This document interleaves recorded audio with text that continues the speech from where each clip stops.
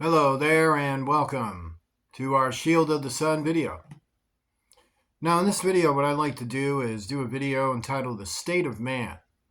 That's to say the state of mankind, the state of men and women in our world today. I would like for you to join me in the book of Romans. I'm going to come there in the chapter 3. Chapter 3 presents a very interesting lesson about this state of man regarding our spiritual detriment or our spiritual benefits, provided on which one you believe in. That is to say, do you believe in God or do you believe in the devil?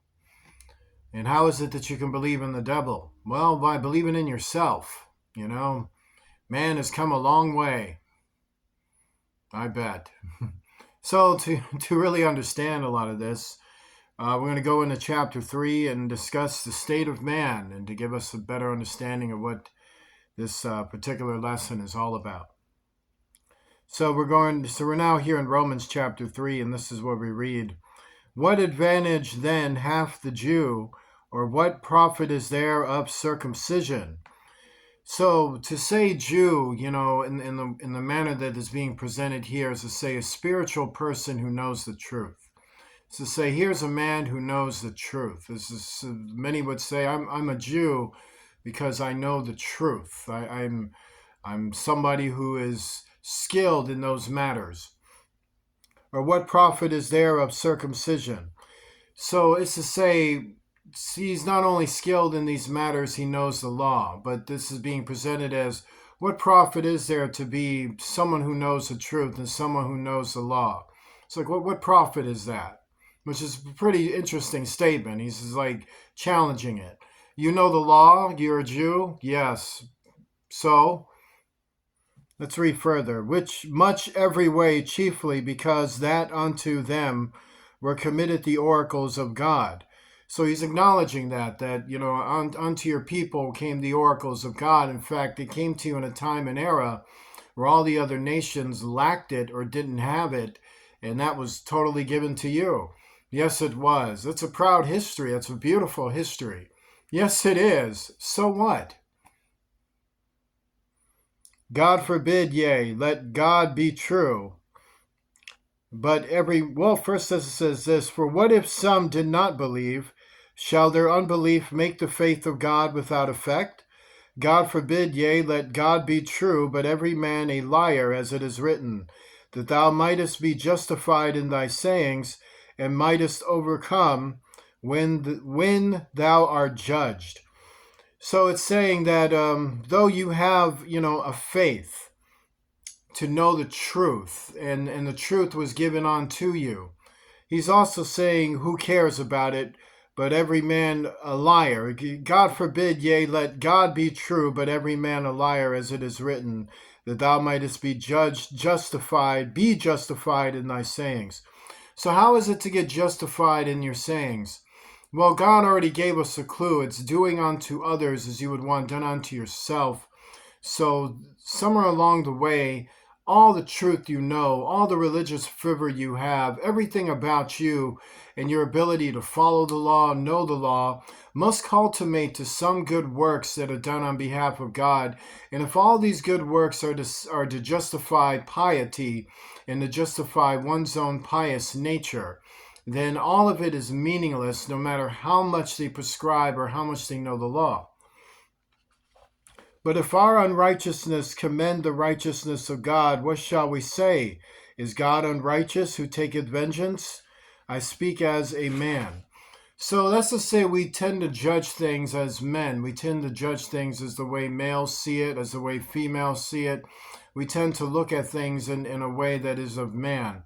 But if we are justifying things in the eyes of man, then we can never ever find approval and grace with God if all we're doing is looking for justification from other men and their knowledge and their ability to know God, rather than developing our own ability to have a private relationship with God.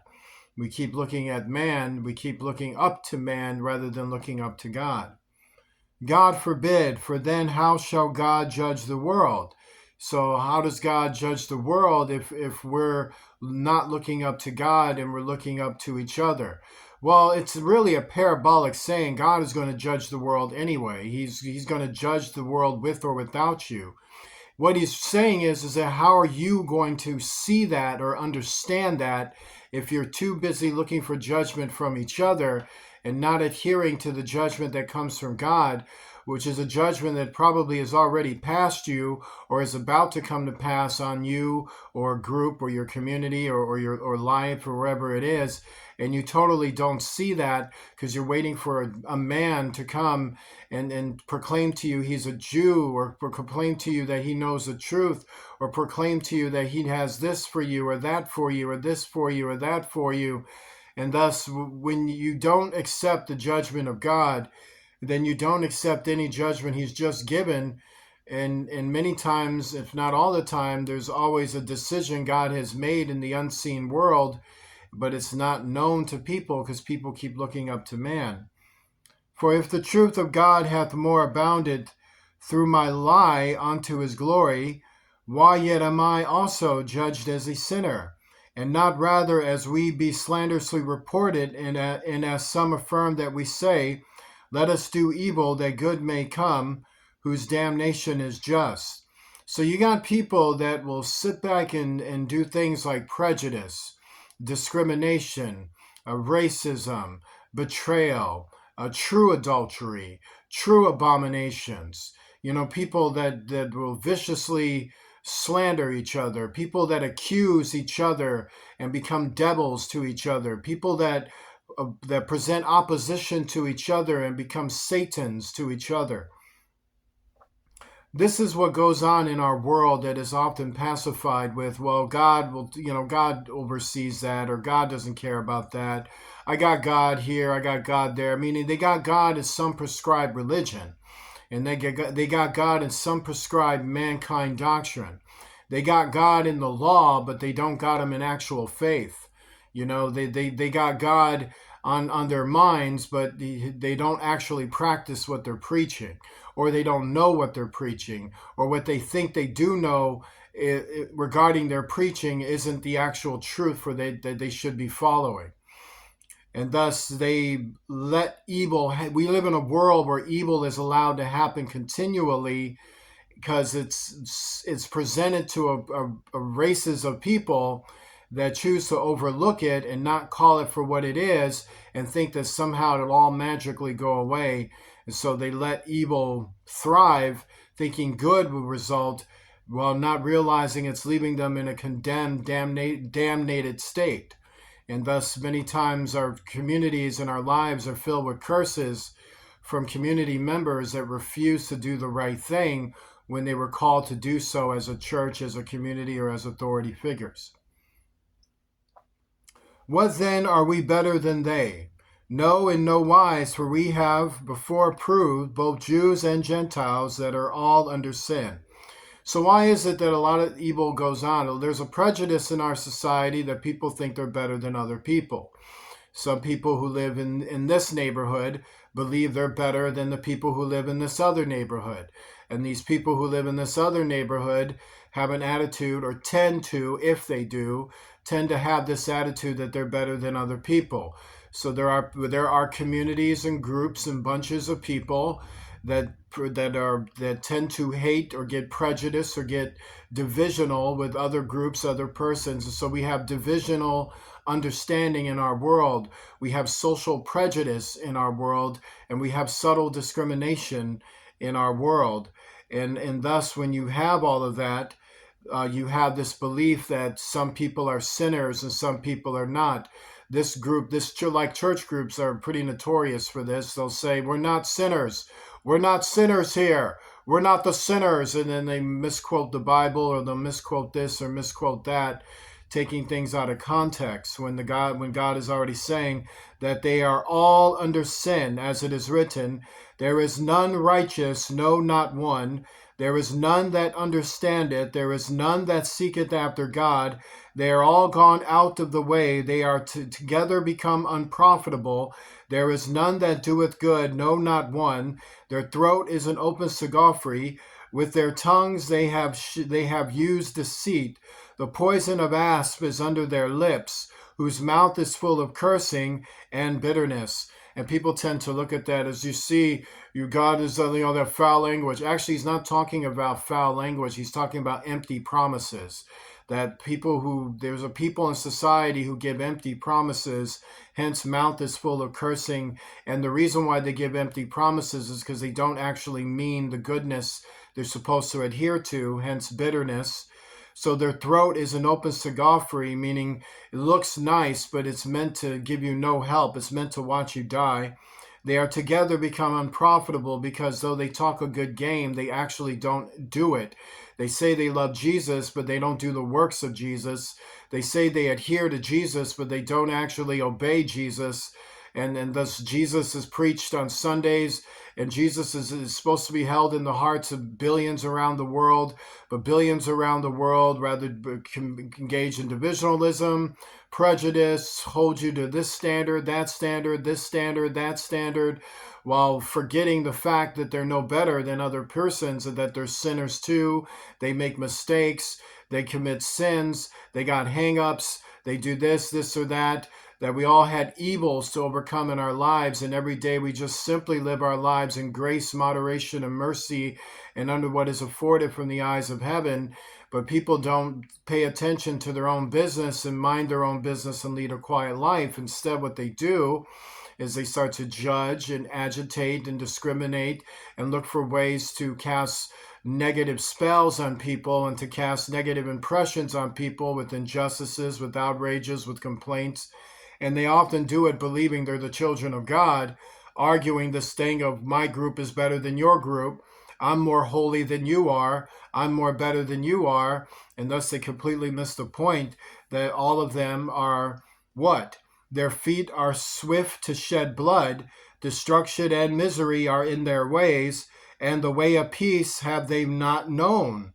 There is no fear of God before their eyes. And that's the problem in your society today.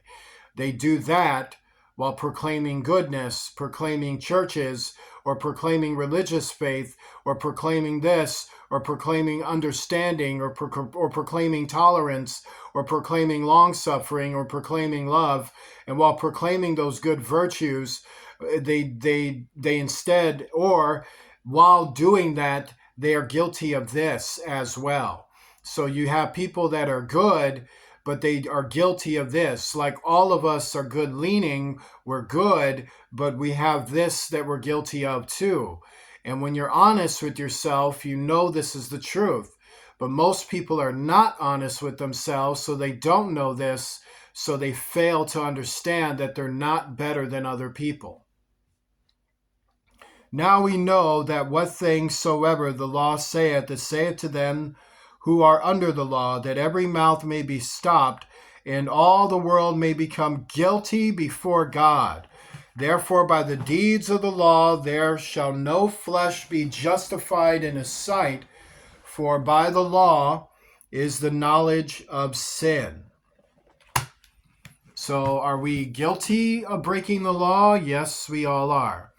So by the knowledge of sin, that is to understand that if you have this knowledge and know this truth about yourself, then you are somebody that is in a full development before God, learning to overcome the way you are.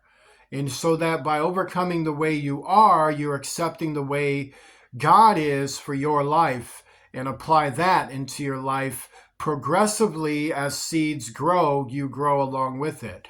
But when you don't acknowledge that there's sin in you, when you don't acknowledge the fact every man, woman, and child is guilty of sin, and that what happens is you're blinded by creeds, doctrines, and doctrines and religions of man, and then you become failed in understanding your own purpose with God and what God has already told you about yourself and your neighbors as well. That you're all the same in the eyes of God. Join me in a prayer. Our Father, who art in heaven, hallowed be thy name. Thy kingdom come, thy will be done. On earth as it is in heaven. Give us this day our daily bread. Forgive us of our debts, as we forgive those who are our debtors.